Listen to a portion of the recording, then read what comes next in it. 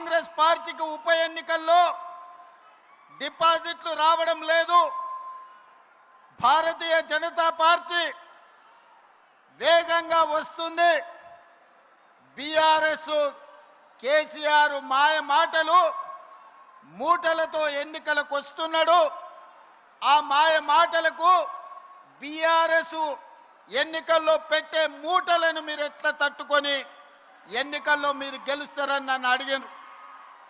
ఆనాడు నేను ఒక్క మాట స్పష్టంగా చెబితే గుర్తుండదని పెద్దలు ఒక మాట చెప్పిండ్రు, సౌ బక్నా ఏక్ లిఖ్నా అని.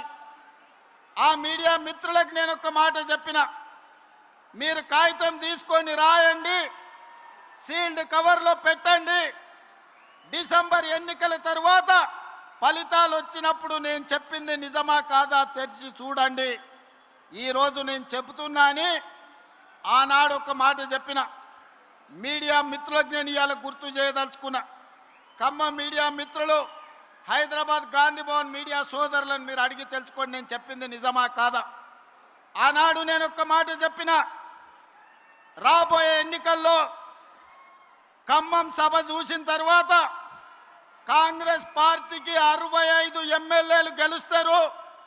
సిపిఐ పార్టీ 1 సీటు గెలుస్తుంది. బీజేపీ 8 నుంచి 9 సీట్లు గెలుస్తాయి. ఎంఐఎం 7 లేక 6 సీట్లు గెలుస్తాయి. మిగిలినవి మాత్రమే కేసీఆర్ భజన పరులు గెలుస్తారని నేను చెప్పిన. డిసెంబర్ 3, 2023 నాటి ఫలితాలు 64 సీట్లు కాంగ్రెస్ పార్టీ గెలిచింది. 1 సీటు సిపిఐ గెలిచింది. కానీ ఆ తర్వాత 1 సీటు తగ్గితే ఉప ఎన్నికల్లో తెలంగాణ ప్రజలు 2 సీట్లు ఇచ్చిండ్రు. గణేష్ని కంటోన్మెంట్లో గెలిపించిండ్రు. నవీన్ యాదవ్ను జూబ్లీ హిల్స్ గెలిపించి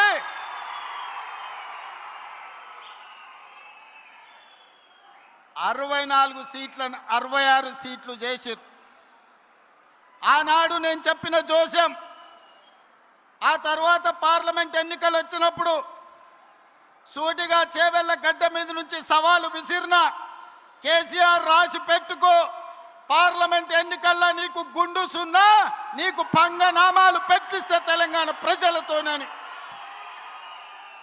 పార్లమెంట్ ఎన్నికల్లో చెప్పింది చేసినాం. బీఆర్ఎస్కు గుండు సున్నా ఇప్పించినాం తెలంగాణ ప్రజలతోటి. సర్పంచ్ ఎన్నికల్లో 2/3 మెజారిటీ గెలుస్తామని చెప్పినాం.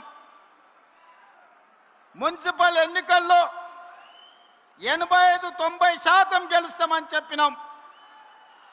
ఆనాటి 2023 ప్రభుత్వ ఏర్పాటు నుంచి మొదలు పెడితే